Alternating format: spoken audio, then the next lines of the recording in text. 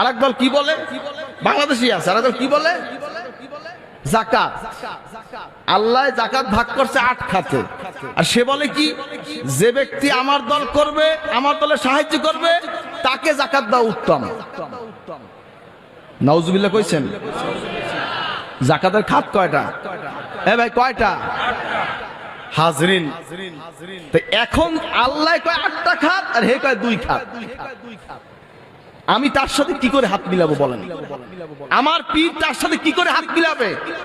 আপনি যদি সেই দলের অনুসারী হন, তাহলে কি আপনি কি কোনোদিন এই মারেফাতের জ্ঞান, আল্লাহ পাকের মহাব্বত, নবীজির ভালোবাসা, শাফাত পাওয়ার আশা করতে পারেন? সহজ কথা না, সহজ কথা না। নবীজির শাফাত পেতে গেলে নবীজির অনুসরণ করতে হবে, অনুকরণ করতে হবে, ভালোবাসতে হবে, আল্লাহর প্রতি, নবীর প্রতি সুধারণা রাখতে হবে। মনের মধ্যে মরক রেখে ইবাদত করলে সে ইবাদত কবুল হবে।